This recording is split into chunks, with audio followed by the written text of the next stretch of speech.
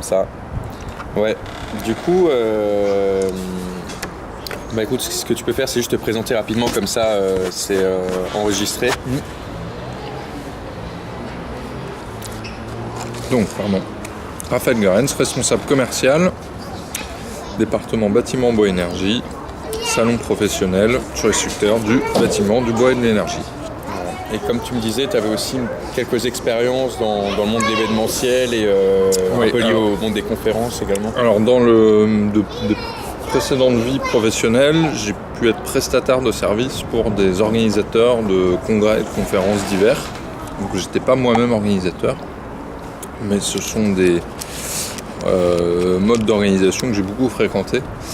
Mais plutôt, c'est vrai, dans la partie opérationnelle, c'est-à-dire dans la phase production d'événements. Okay. En tant que prestataire sur différentes thématiques. Un peu comme ce qu'il fait Jean-Benoît. Oui, voilà, prestataire, voilà, mais plutôt extérieur.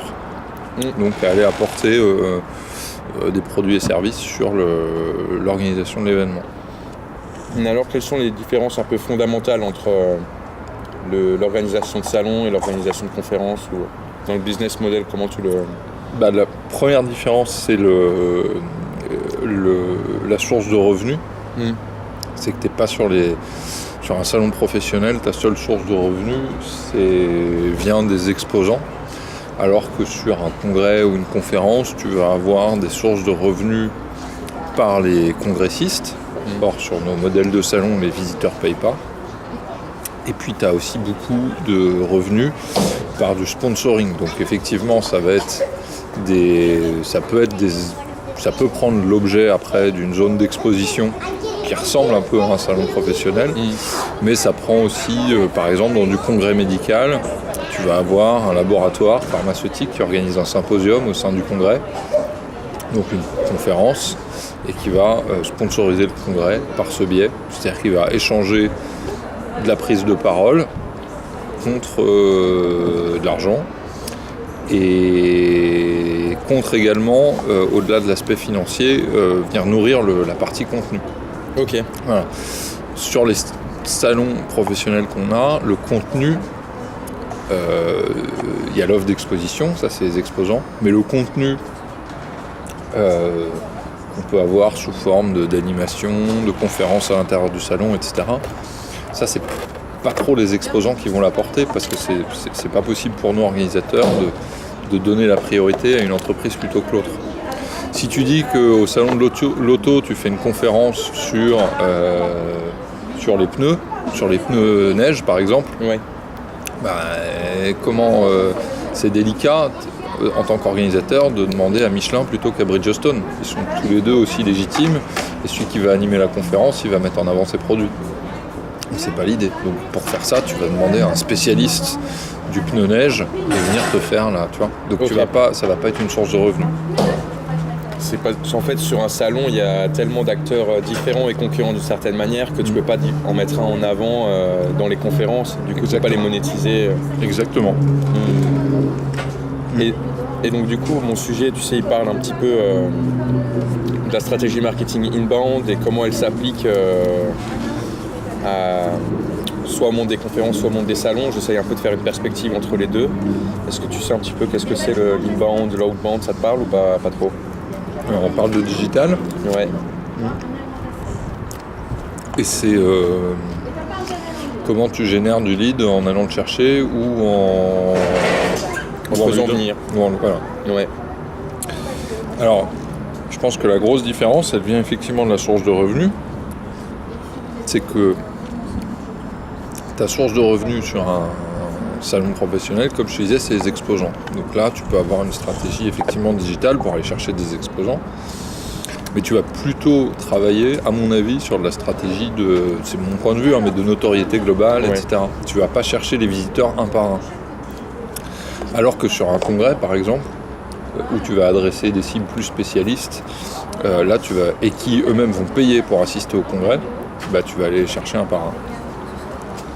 Donc du coup, moi un petit peu ce que j'ai cru comprendre avec Théophane, c'est que finalement, dans l'organisation de salon, il y a quand même une grosse part d'outbound où tu vas chercher, prospecter des futurs exposants, un peu comme ce qu'il fait Pierre, quoi, au final. Il y a la stratégie de contenu, elle est peut-être destinée plus aux visiteurs pour faire venir des gens sur le salon, mais pour les exposants, pour ramener la manne financière, en fin de compte, c'est plus à ce moment-là une stratégie outbound et à la rigueur un peu d'inbound en complément. Mais Ouais. alors que sur des conférences, non seulement tu produis du contenu que tu peux utiliser pour faire ta stratégie digitale, mais en plus les gens que tu peux attirer via ton contenu, c'est des gens qui vont payer, quoi. Oui. Donc à ce moment-là, je sais pas, je pense que c'est quand même plus intéressant d'axer mon approche sur les conférences que sur les salons. Qu'est-ce que t'en penses? Ben, je pense aussi parce que c'est là où la stratégie inbound est plus comment dirais-je, participe davantage au business model. Ça veut pas dire qu'on n'en fait pas sur les salons, hein. Mais à mon avis on le fait de manière beaucoup plus massive et moins fine. Et comme je disais, plutôt si on parle de digital, nous on va aussi aller privilégier la notoriété, etc.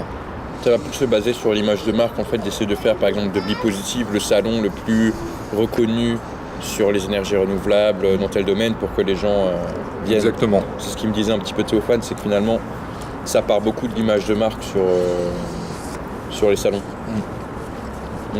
Bien sûr, alors image qui passe par les contenus, etc. Mais la différence, c'est que ce que tu peux avoir en tête aussi, à mon avis, quand on parle de salon, on parle de médias. Quand on parle de conférences, pas tellement, ou de congrès, je trouve ça intéressant toujours de ramener à ce terme de média salon, parce que c'est très, tu peux comparer dans le modèle économique et à la manière dont se rémunère un média papier, par exemple. Ouais.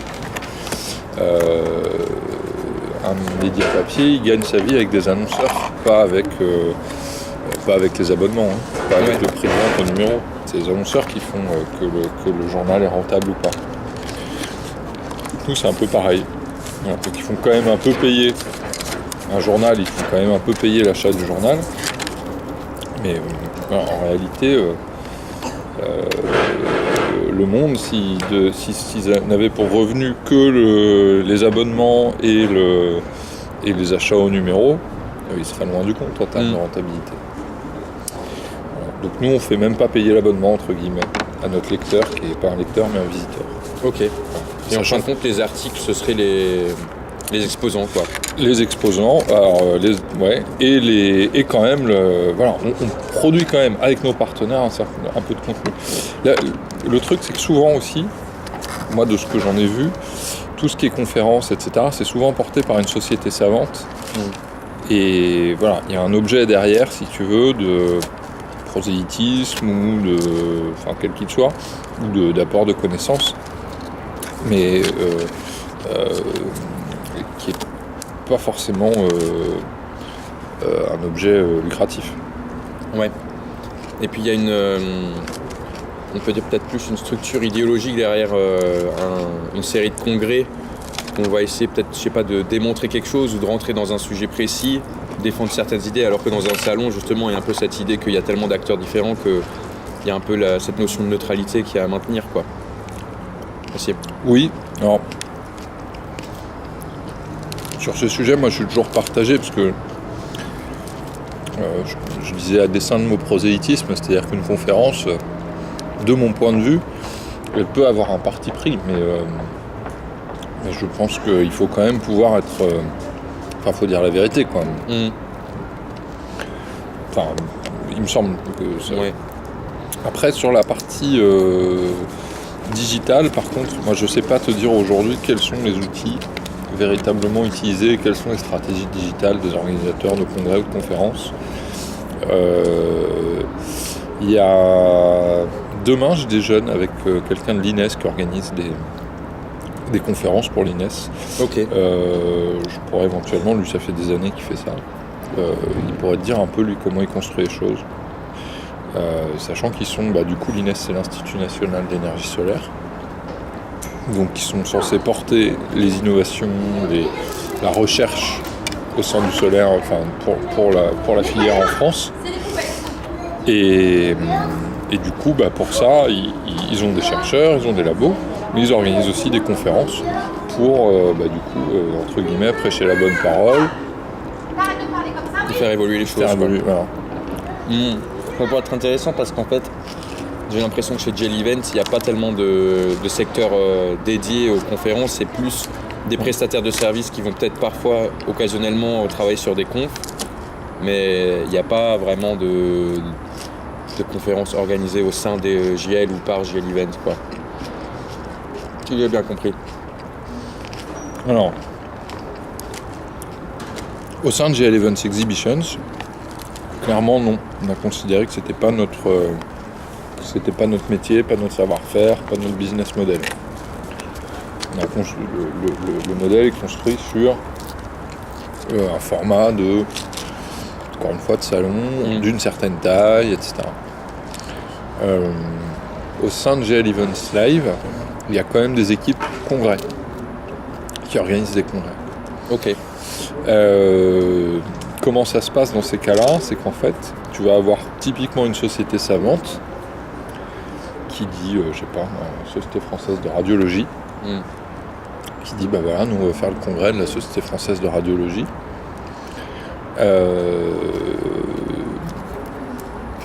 Et on s'appuie sur un opérateur pour organiser les choses. Et donc, éventuellement, c'est JL qui peut être l'opérateur pour ça. Ok. Et après, l'opérateur, lui, se rémunère sur... Donc, il n'est pas... Si tu veux, la société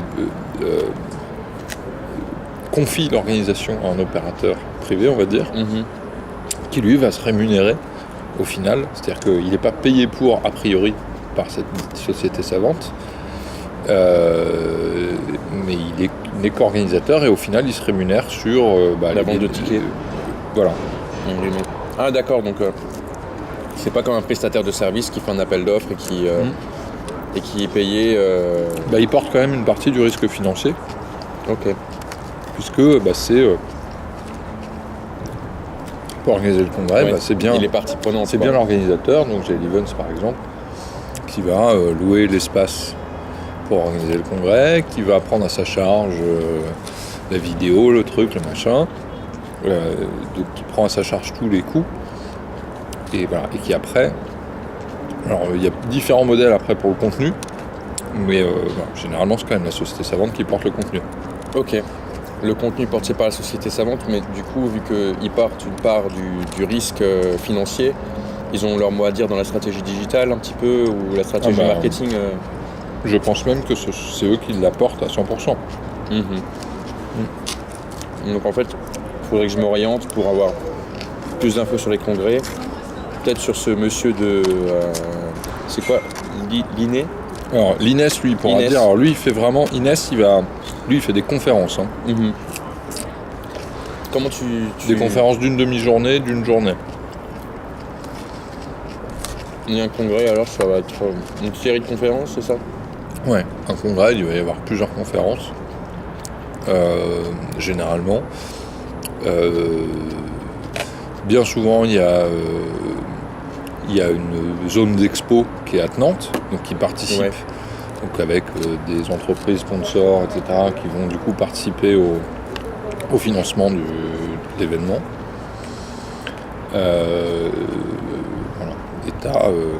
Et donc les participants au congrès payent, s'inscrivent au congrès et payent. Alors que sur une conférence, ils payent pas?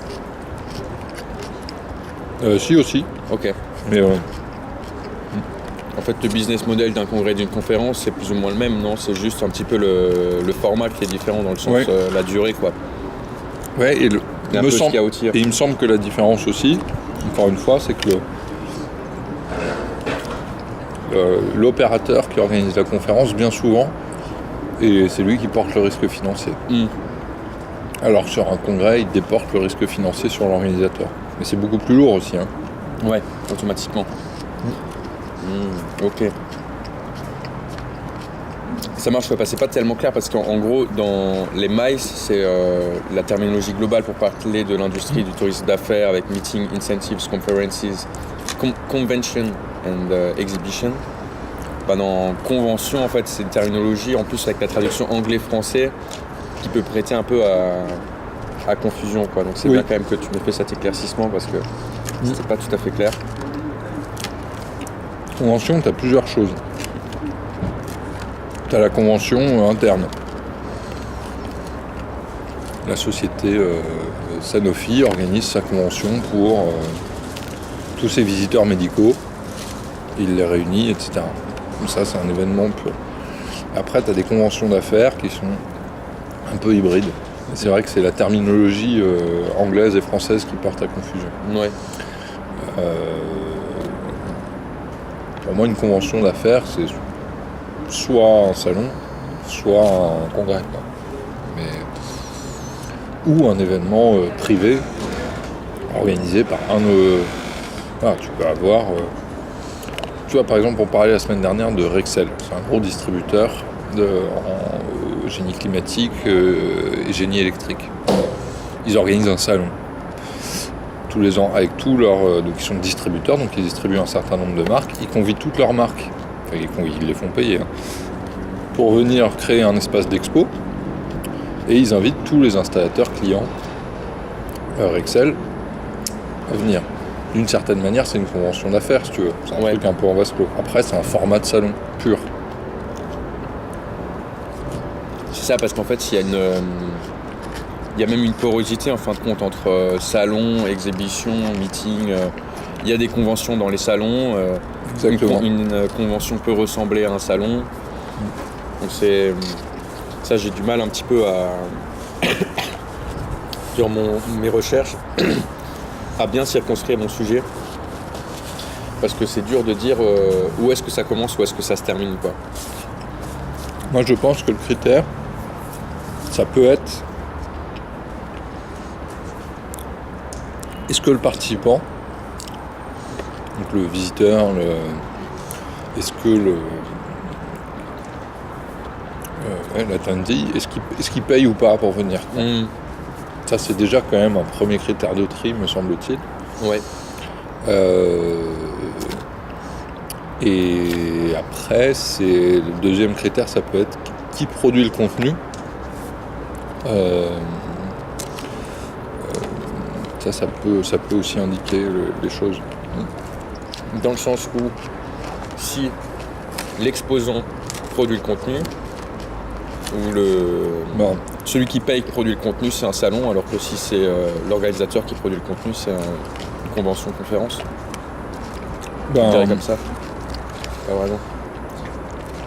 Non, parce que... non, mais si on parle de contenu...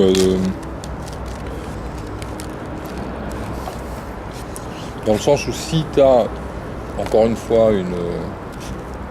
c'est pas tellement vrai ce que je dis, parce que tu vois, nous on s'appuie sur des institutionnels pour produire le contenu aussi.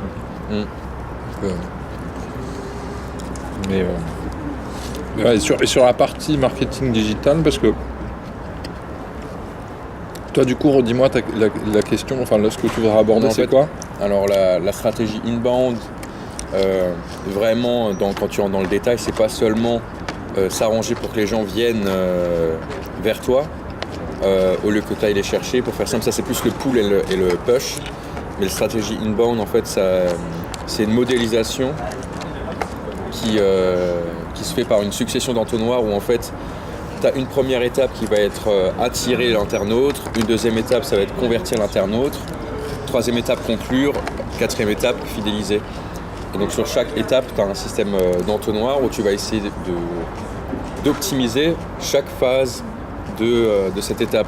Et pour chaque phase de cette étape, tu as des outils qui sont privilégiés. Alors par exemple, pour attirer les gens sur ta page web, ça va se baser sur les stratégies de contenu digital, sur Search Engine Optimization, référencement naturel. Alors qu'une fois que le mec sera sur la page, quand tu veux qu'il s'inscrive, et bien là, ça va plus être de comment tu crées le contact avec le client, tout ce qui touche au Customer Relationship Management. Et donc là, tu vas avoir une série d'outils qu'on va appeler le Leads Nurturing, le Call to Action, enfin bref, marketing Automation, etc. etc. Donc avec Théophane, en fait, j'ai surtout vu la première étape parce qu'il est plus spécialiste du référencement naturel sur Gel Event Exhibition. Et là, j'espère avec Noémie et Magali plus parler de tout ce qui est CRM, les étapes qui viennent après. Donc voilà, en fait.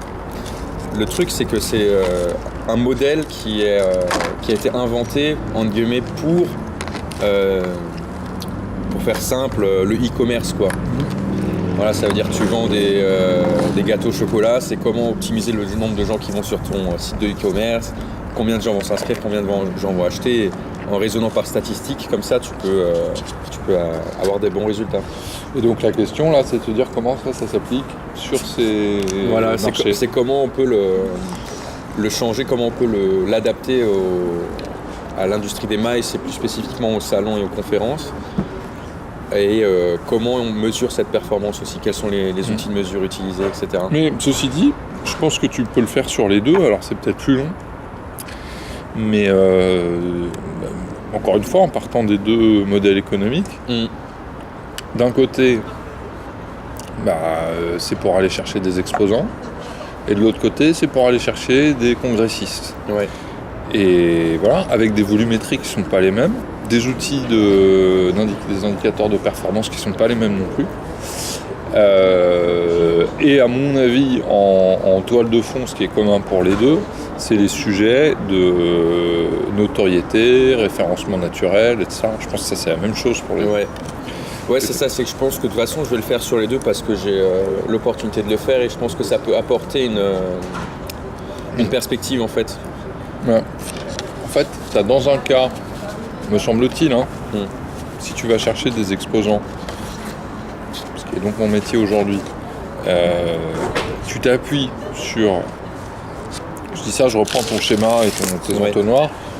En fait, assez vite, ce que tu cherches, c'est à créer un lead et un contact téléphonique, voire mail, mais vraiment personnalisé avec en l'occurrence avec un chargé d'affaires, un commercial qui va te vendre le stand. Ouais. Et de l'autre côté, tu cherches à avoir un maximum de gens qui s'inscrivent sans qu'ils aient justement à t'appeler, parce que tu cherches du volume. Et donc ce que tu cherches, c'est que justement tout soit rendu facile. C'est-à-dire que si je schématise sur tes entonnoirs, c'est-à-dire quelqu'un qui arrive sur ton site, si ce qui l'intéresse c'est d'exposer, il faut que très vite ils viennent t'envoyer une demande, que tu rentres dans un échange personnalisé. Et alors que de l'autre côté, il faut absolument qu'ils ne t'appellent pas parce que tu as besoin que ça te prenne le moins de temps possible, parce que tu as besoin d'en avoir beaucoup, et qu'ils puissent s'inscrire directement en ligne. Ouais. En fait, dans une conférence ou un congrès, il y a une approche, tu produis un contenu de qualité, qualitatif, et après tu touches des gens plus de manière quantitative, statistique, quoi. Alors que sur un salon, tu vas être plus dans la finesse avec chaque exposant, dans la contact. Encore une fois, si on parle de ce qui te rémunère. Après, ça, Gilles te parlera mieux des actions qu'il met en place, ou qu'il sait mettre en place pour aller capter du visitorat, gratuit pour le coup. On investit, c'est des budgets énormes pour nous. Ouais. Je ne saurais pas te les dire, peut-être Magali pourra te donner des ordres d'idées, mais voilà, on investit considérablement pour faire venir des gens qu'on invite. Ok. Les visiteurs. Ils ne payent pas, on les invite. Et malgré tout, ça nous coûte très cher de les faire venir. Parce qu'ils sont invités pas dans le sens où ils viennent gratuitement, c'est nous qui payons le... Non, dans le sens où ils viennent gratuitement. On ne va pas non plus jusqu'à leur payer leur billet d'avion. Ok. Ça peut arriver. Ça dépend de l'importance de la personne, quoi. Mais c'est marginal. Ok. Mais en fait, Noémie pourra t'expliquer. Moi, je l'ai vu sur Eurobois, là. Je veux dire, elle a un nombre de gens au téléphone qui est impressionnant. Il y en a plein. Elle aurait juste envie de ne pas les avoir au téléphone et qu'ils allaient s'inscrire directement, tu vois. Donc, t'imagines qu'en plus, pour un congrès où les gens ils doivent payer parfois 1 000 €, Ah ouais. pour venir. Je pense que le prix moyen, c'est plutôt entre 300 et 500 €. Mais une journée de conférence, c'est une inscription à une conférence comme ça, c'est tout de suite 150, 200, 250 euros hors taxe. Hein. Ah ouais, quand même, ouais. Faut avoir envie de venir, quoi. Ouais. Bon, après, si tu regardes le prix moyen pour un visiteur, mais pour celui qui apporte la manne financière sur un salon, là, on parle quand même plus de minimum 15 000 balles, quoi. Généralement, c'est au moins ça qu'ils mettent, quoi. Les exposants ? Ouais. Alors, oui, c'est pas ce qui revient chez nous, mais oui. Ouais. Dans tous les coûts additionnés, ouais, parce qu'il faut le transport, faut le logement, etc. Et puis, ok. Mais en tout cas, c'est bien, ça m'a permis un peu de mieux comprendre là, cette histoire de conférence. les gens qui assistent aux conférences, c'est des professionnels. Hein. Ouais. Donc, bien souvent, c'est pris en charge par la société. C'est rarement avec leurs deniers personnels. Après, quand c'est des scientifiques, quand c'est des médecins, etc., bon, c'est un scientifique, il compte à l'année combien de conférences il va faire. C'est ce genre le budget de son labo, c'est lui qui le pilote. Quand c'est un médecin, surtout s'il est libéral, bon bah oui, là c'est sur ses deniers. Mais ça rentre dans le fait qu'ils sont obligés aussi de continuer à former. Ok. Et du coup, il y a...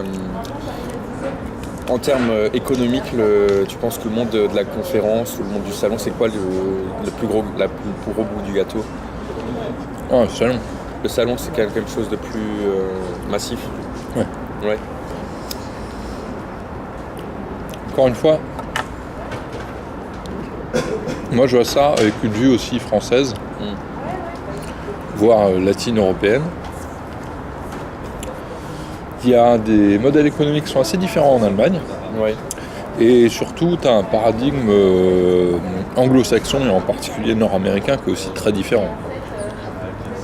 Dans le sens ? Moi, j'ai pas mal bossé sur les congrès médicaux.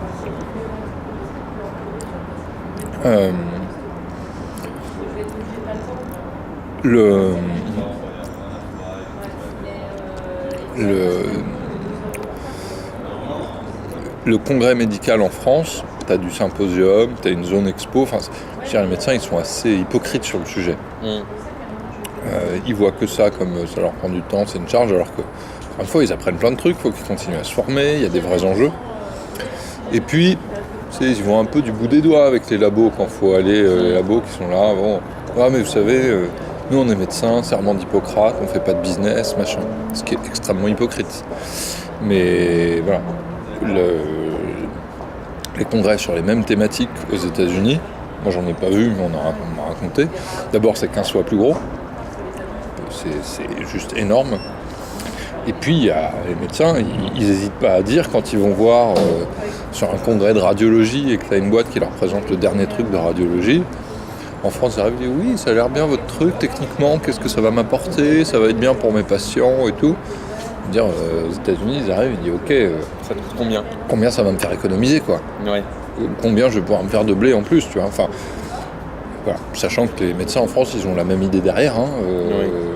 Seulement, c'est vrai qu'en France, t'as l'idée du revenu moyen d'un médecin quand même en France. La logique marchande est plus insidieuse en fait que dans le monde anglo-saxon où ouvertement elle touche quasiment tous les pans de la société, que ce soit la médecine ou le droit. Je fais pas de jugement de valeur là-dessus. Ouais. Hein. Je fais juste un constat. Je suis ravi que mon médecin officiellement ne pense pas qu'à l'argent. Après, le revenu moyen d'un médecin en France, c'est 15 000 euros par mois. Hein. Donc, je pense qu'il pense un peu à l'argent quand même. Ouais, automatiquement. Ouais. Et en Allemagne, un petit peu, t'as vécu quoi ? En Allemagne, alors surtout ce les congrès, je connais pas bien. Ce que tu peux avoir en tête, c'est qu'en Allemagne, juste sur le marché des salons, en gros, les salons leaders en Europe sont en Allemagne. Pour au moins 2 raisons. Première raison, c'est une raison de marché, c'est que les boîtes leaders sont en Allemagne. Il y a 80 millions d'habitants, en France il y en a 60, en Italie il y en a 50, enfin voilà, c'est aussi la plus... Voilà, et puis tu regardes dans à peu près tous les... Après il y a un PIB par habitant qui est aussi plus élevé. Et tu regardes dans tous les secteurs d'activité, leader européen, dans la majorité des cas, la boîte elle est allemande, ou les boîtes elles sont allemandes. Ouais. Il y a des épiphénomènes, enfin il y a des mais Sur automobile, pharma, chimie, c'est vrai que les Allemands ils sont loin devant quoi. sur la pharma, ça se discute, mais voilà. Bon, si les laboratoires français étaient moins installés en Suisse, on pourrait dire que avaient moins leur siège social en Suisse, peut-être que ce serait la France, mais voilà. Mais donc ça, c'est la première raison de réalité de marché. Et la deuxième raison, c'est qu'il y a les parcs expo et les salons sont soutenus par les lenders. Qui financent. Alors en France, c'est un peu pareil. Eurexpo, ça appartient à 50% par la Chambre de commerce et d'industrie, à 50% à la Chambre de commerce et d'industrie. Mais en Allemagne, c'est vraiment institutionnalisé et les lenders portent financièrement les salons en considérant que ce sont des outils pour les filières et des outils pour les entreprises. Et donc on réussit à créer un cercle extrêmement vertueux d'investir sur les salons. Et après, une fois que la mayonnaise a pris, si tu veux, une fois que tu as créé un salon, que c'est devenu le salon leader et qu'il prend une position de leader, tout le monde vient et puis là il devient extrêmement rentable. Ouais. En France, tous les salons sont portés par des opérateurs exclusivement privés. Donc c'est un peu différent. Un peu différent, ouais. C'est vrai que les lenders en Allemagne ils ont des gros budgets déjà. Et puis ils peuvent développer une politique de développement économique Ils ont une politique de développement économique qui est sans commune mesure avec la politique de développement économique des régions en France, par exemple. Mais après, ça n'empêche pas que le secteur de l'événementiel, en tout cas du salon, il est aussi un peu lié au secteur public, aux deniers publics, non En France ? Ouais, dans le sens où, par exemple, pour tout ce qui concerne surtout les espaces, la construction de Eurexpo, du parc des expositions. Oui. Alors je te parlais, là on voit plus sur Venues peut-être, mais... Ouais. Tu dois connaître Metz, t'habites pas loin de Metz. GL s'est inauguré il y a même pas un mois, un nouveau palais des congrès à Metz. GL c'est gestionnaire du site. Mais le coût de la construction est porté par la métropole ou par la chambre de commerce, je ne sais pas quel est le montage exactement. Je pense que GL met un peu au pot, mais globalement, à l'origine du projet, c'est une entité publique. Mais pourquoi ? Parce que c'est un formidable levier de développement économique, ne serait-ce que sur les impacts, les retombées touristiques. Paris reste la première ville en Europe pour l'accueil d'événements et ça a des retombées économiques fortes. Voilà. Après, première ville, mais parce qu'en Allemagne c'est beaucoup plus décentralisé, donc il n'y a pas une ville qui accueille tous les... Je sais que Vienne, ils ont une politique aussi basée sur les MAES et les meetings, tout ça. Exactement. Ouais. Londres probablement, je ne sais pas trop. Voilà. Et à Lyon, il y a un programme qui s'appelle Only Lyon. Qui est en grande partie porté par GL, mais pas que. Et là, il y a et la métropole, et la chambre de commerce, et la ville. Ok. Et en Allemagne, je pense que là-dessus, c'est une logique, le fait que les pouvoirs publics, entre guillemets, construisent des structures pour accueillir des congrès, des conférences, et qu'après, ils laissent la gestion à des entreprises privées. Ça c'est quelque chose qu'on retrouve dans tous les pays, je pense. Et encore c'est des entreprises pas complètement privées. Ouais. C'est-à-dire que Messe, donc c'est les Messe, Messe Berlin par exemple, donc le Messe de Berlin, qui est à la fois centre de parc expo et organisateur, et à capitaux publics. Ok, ouais. Donc en fin de compte, tu dirais qu'en Allemagne, la part du public est peut-être encore plus importante finalement que... Sur le financement des espaces réceptifs, j'en sais rien, mais sur le financement des organisateurs, oui. Ok, ouais. Tant et si bien, mais c'est tout à fait symptomatique que les grands organisateurs, les grandes entreprises mondiales spécialistes d'organisation de salons sont très peu présents en Allemagne. Et très présents en France. Ok. D'accord. Ça, tu vois, c'est bien parce qu'en fait, j'ai fait une petite perspective entre l'Angleterre, l'Allemagne, la France et un petit peu l'Asie dans le mémoire. Il y a un petit passage là-dessus, donc c'est bien, ça permet un petit peu de confirmer, infirmer certaines choses. Ça, je te donne mon avis et de ce que j'en sais. Ouais. Hein. Il y a peut-être des chiffres qui disent le contraire, mais de ce que j'en sais, c'est ça. Alors, est-ce que les entreprises sont de droit privé en Allemagne? Peut-être, mais certainement d'ailleurs. Mais Messe Berlin, typiquement, enfin, ou Messe München, ou etc., tout ça, sont clairement portés par les Länder. En France, ce sont plutôt les chambres de commerce et les métropoles qui font ça. À Paris, le Vie Paris, ça appartient en Paris à la chambre de commerce de Paris. Tout. Okay. Et à Lyon, Eurexpo appartient pour moitié à la chambre de commerce. Et pour moitié à GL. Et moitié GL, ouais. Ça marche. Bah écoute, je pense que là ça va, j'ai déjà pas mal de contenu. Ouais, bon courage. Ouais, il faudra que je le retranscris en plus après en texte.